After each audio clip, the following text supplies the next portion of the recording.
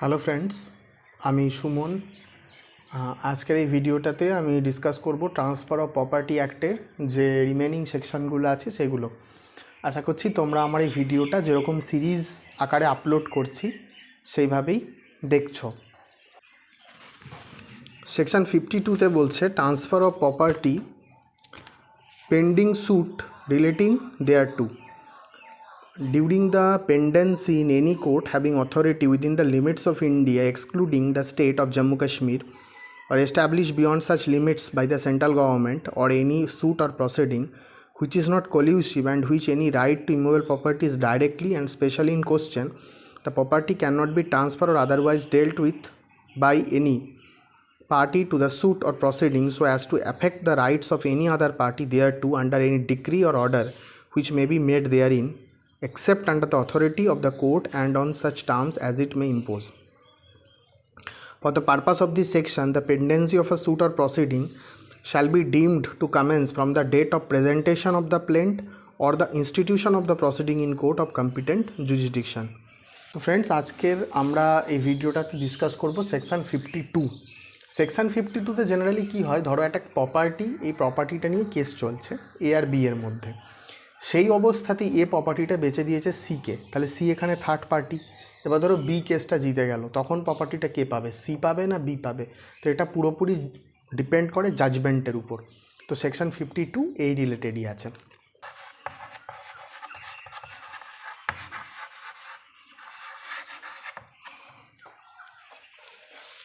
Section 52 depend করে পেন্ডেট লাইটে নীতি ইনোভেন্টিয়াম, মানে হচ্ছে এই ম্যাক্সিমটার উপর। এই ম্যাক্সিমটার মানে হচ্ছে ডিউরিং দ্য পেন্ডেন্সি অফ লিটিগেশন চলাকালীন, লিটিগেশনটা যখন পেন্ডেন্সিতে আছে, পেন্ডেন্সি of litigation, nothing new should be introduce, নতুন করে কিছু ইন্ট্রোডিউস কিন্তু করা যাবে না। এটাই হচ্ছে পেন্ডেন্ট লাইটে নীতি ইনোভেন্টিয়াম। লামাই ভার্সেস স্যাভাইন 1857, এই কেসটাকে যদি তোমরা পড়ো, এটা একটা লিডিং কেস, তাহলে কিন্তু সেকশন 52টা অনেকটা ক্লিয়ার হয়ে যাবে। তাহলে সেকশন 52তে একটা জিনিস আমরা দেখলাম বা পড়লাম যে একটা প্রপার্টি ছিল, সেই প্রপার্টিটা নিয়ে এ আর বি এর মধ্যে মামলা চলছিল, কেস চলছিল। এ কি করলো, প্রপার্টিটা সিকে বেচে দিল। এবার হঠাৎ করে দেখা যাচ্ছে বি কেসটা জিতলো, তাহলে তো প্রপার্টিটা এখন সি পেয়েছে, সি টাকা দিয়ে প্রপার্টিটা এর থেকে কিনেছে, তাহলে প্রপার্টিটা এবার কে পাবে, বি পাবে না সি পাবে? এর কিছু 52-র কিছু এসেন্সিয়াল আছে, এসেন্সিয়ালগুলো দেখো। বলছে there must be pending suit or proceeding.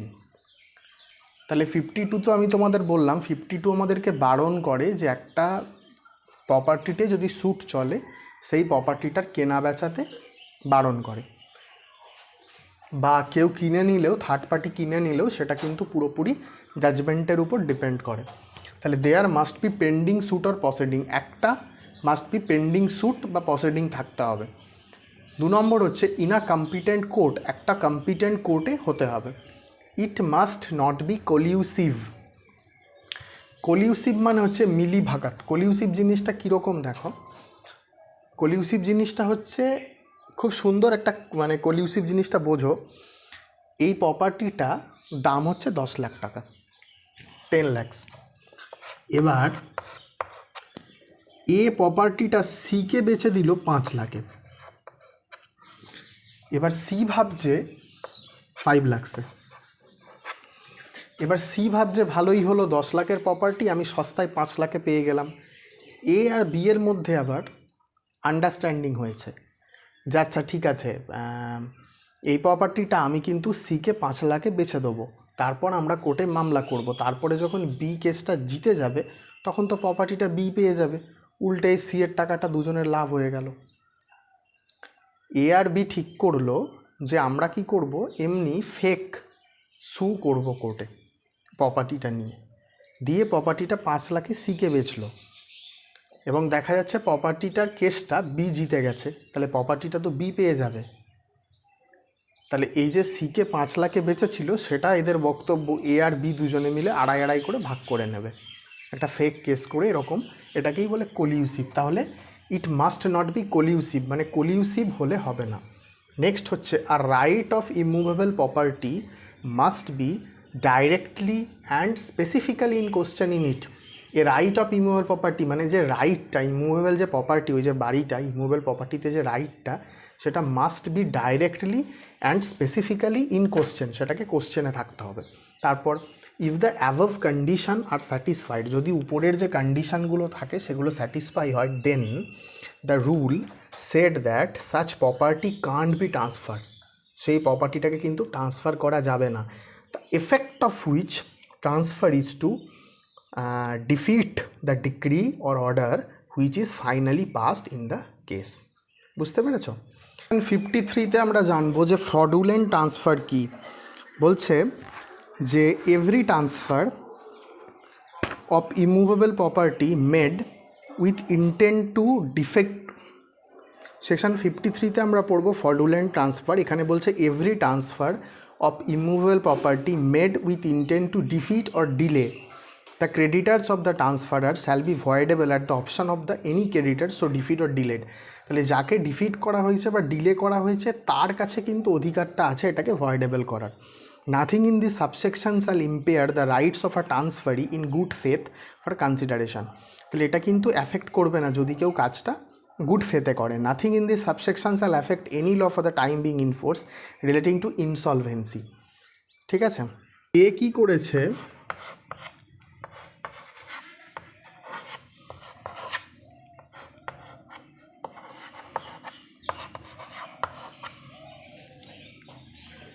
এর কাছে একটা প্রপার্টি আছে,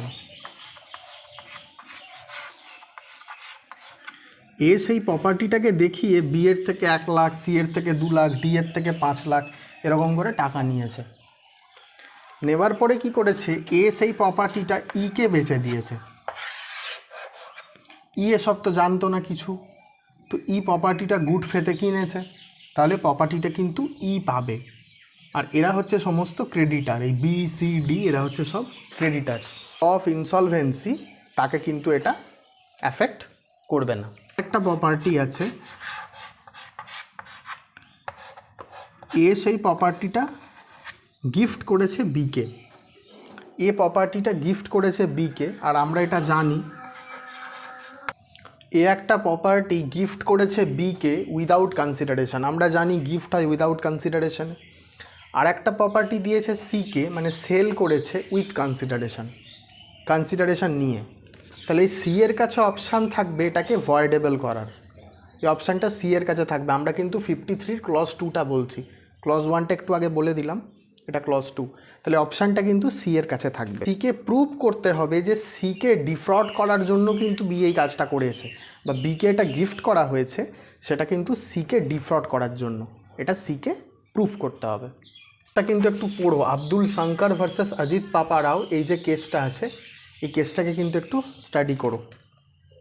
সেকশন 53 সাবসেকশন 1 সাবসেকশন 2 এগুলো কিন্তু পুরোটাই এই ফ্রডুলেন্ট ট্রান্সফারের উপর।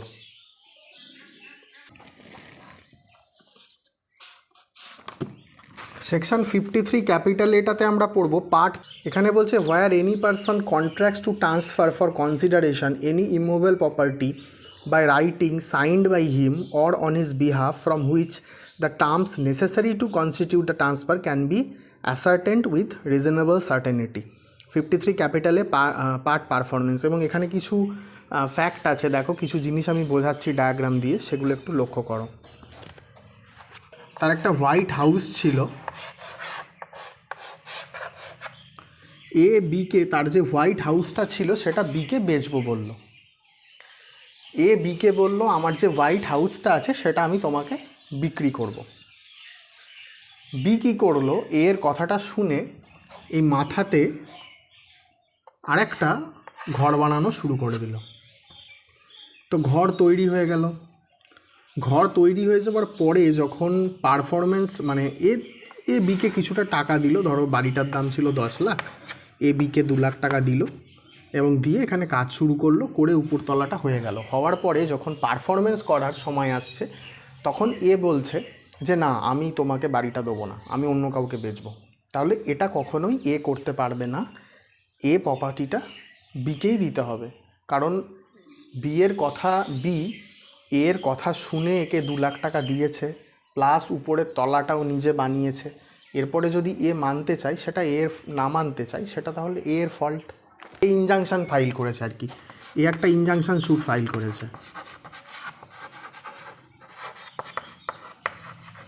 এবং বিকে বলছে তুমি কাজ বন্ধ করে দাও, তুমি কাজ ফাজ বন্ধ করে ঘর ছেড়ে দাও, আমি তোমাকে দেবো না, আমি অন্য লোককে বেচবো। এবার এ কখনোই এটা করতে পারবে না, কারণ এই কন্ট্রাক্টটা ফুলফিল করার জন্য যা যা করা দরকার ছিল সবই তো বি করেছে। তাহলে প্রবলেমটা এর, সমস্যাটা এ করছে।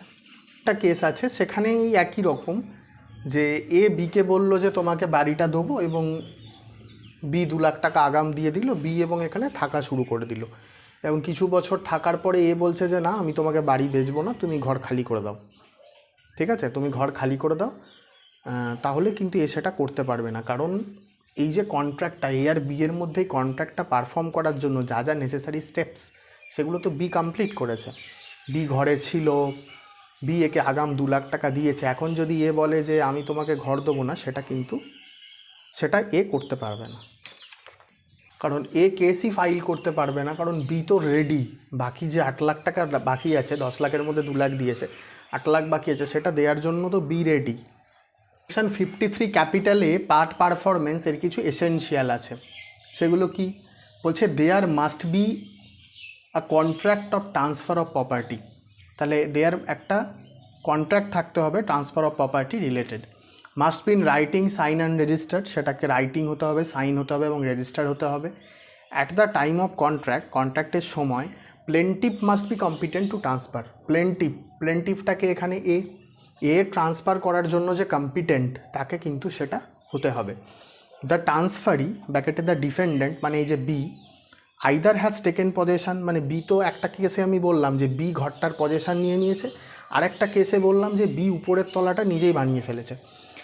Take possession or already in possession or has done some act in furtherance of contract.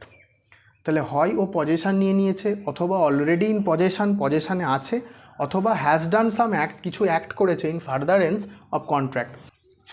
He has performed, মানে ওই ডিফেন্ডেন্ট সে পারফর্ম করেছে, অর উইলিং টু তাহলে হয় কি করেছে, হি হ্যাজ পারফর্মড মানে সে পারফর্ম করেছে, অর উইলিং টু পারফর্ম মানে পারফর্ম করতে উইলিং, ইচ্ছুক, to his part of contract মানে তার পার্টে যে কন্ট্রাক্টটা আছে সেটা সে পারফর্ম করতে এগ্রিড, ইচ্ছুক। হচ্ছে 53 ক্যাপিটালের কিছু কেস। একটা কেসে ও এই নিচের তলায় বি থাকতে শুরু করেছিল, থাকার পরে এ ওকে বলল যে বেরিয়ে যাও, প্রথমে রাজি হয়েছিল, আর পরেরটাতে তো উপরে আরেকটা তলা বানিয়ে ফেলেছিল, তারপরে এ এসে বলছে যে তোমাকে আমি বাড়ি দেবো না। এগুলো অলরেডি আমি বললাম। কিছু কেস আছে, একটু দেখে নাও। পার্ট পারফরমেন্সের কিছু কেস ল আছে। একটা হচ্ছে মান্ডিসান ভার্সেস এল্ডারসন, আরেকটা হচ্ছে এমডি মুসা ভার্সেস আঘর কুমার গাঙ্গুলি, আরেকটা হচ্ছে আরিফ ভার্সেস যদুনাথ, আরেকটা হচ্ছে মিয়ান পীরবক্স ভার্সেস সর্দার মোহাম্মদ, আর এদিকটা হচ্ছে নথেরলাল ভার্সেস ফুলচাঁদ। তাহলে এই কেস লগুলো পার্ট পারফরমেন্সের উপর একটু পড়ে নেবে। এগুলো ঠিক যেভাবে আপলোড করছি সেইভাবে ভিডিওগুলো পরপর দেখবে। আর আমার একটা হোয়াটসঅ্যাপ গ্রুপ আছে, সেই গ্রুপে ল রিলেটেড অনেক কিছু শেয়ার হয়, ইনফরমেশান, অনেক ইনফরমেটিভ ভিডিও। সেই গ্রুপটা চাইলে জয়েন করতে পারো, ডেসক্রিপশান লিঙ্ক থাকবে, আমার সোশ্যাল মিডিয়ারও লিঙ্ক থাকবে। আমি বারডোয়ান ইউনিভার্সিটি ল এন্ট্রান্সের কোচিং দিই, চাইলে কোচিং নিতে পারো। Thank you friends for watching me.